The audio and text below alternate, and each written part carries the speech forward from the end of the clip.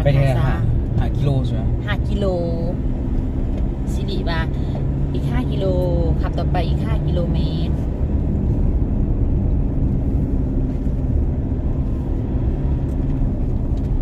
ทางนี้ใครอยู่ แสดงว่าเมตูกระหลงเทเกอร์เมตูรัก36ที่จริงมันรัก40น้าฝ่ายเกือบฮอดมอสอน้าฝ่าย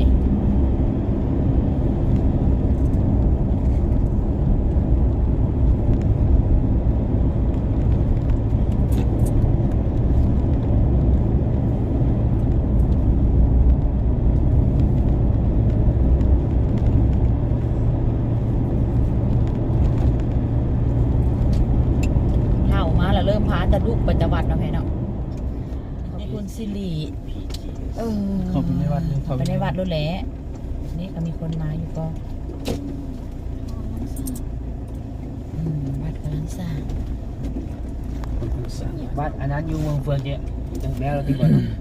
น่าจะแล้วที่บอกเขา จอด ได้ อยู่ ไป ใน ดู จอดอยู่นอก น่าแล้วแหละจอดนอกดิจอดนอกโอ้เขาจะเมียนสิเมียนหนีละ ก็ของออก1 โมงหมอนี่3 โมง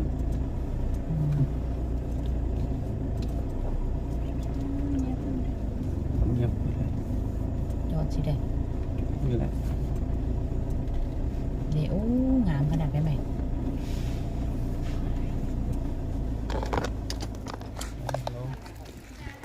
พ่อคือบ่เอาน้ำมันเนาะ ได้ บ่เอา ของกันนะ ว่าเราโรงเรียนหลายต้น พอดีแล้วมันกระปลูกใส่วัดนี่เหลืองความวัด ข้ามใส่เกลือไปร่วมเด้อ อันนี้องค์น้องว่ะ ถึงว่ามันเป็นองค์นอกเด้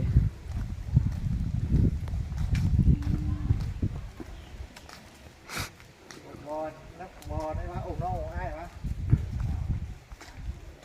ข้ามใส่เกลือ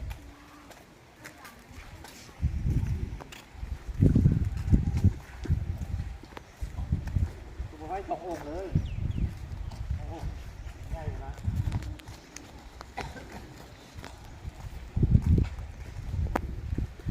องค์พระใหญ่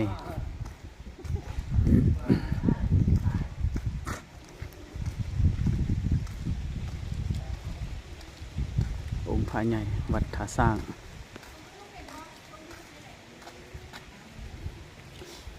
คือแกะสลักไม้ สุวรรณคำปูสุวรรณคำวันพระสาโคสาโคมัก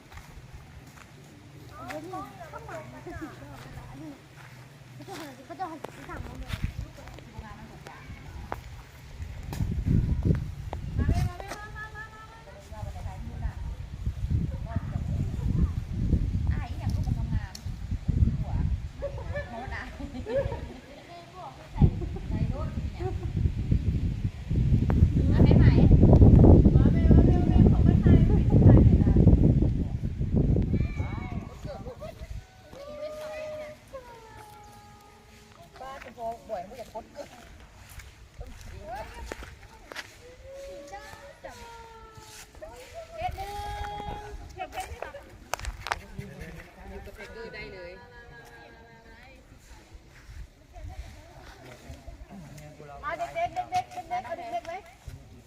เด็กๆ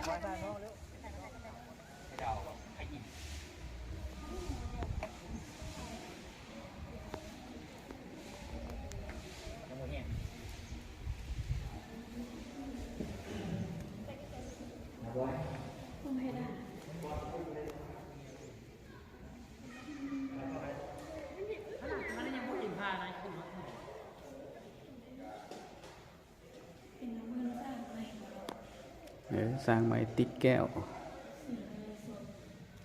ไม่งามเลย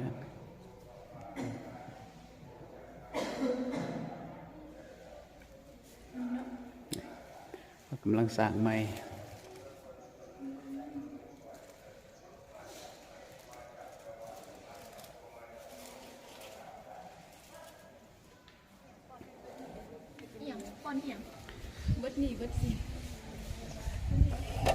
วันนี้มาเซ็นให้ร่ำให้รวย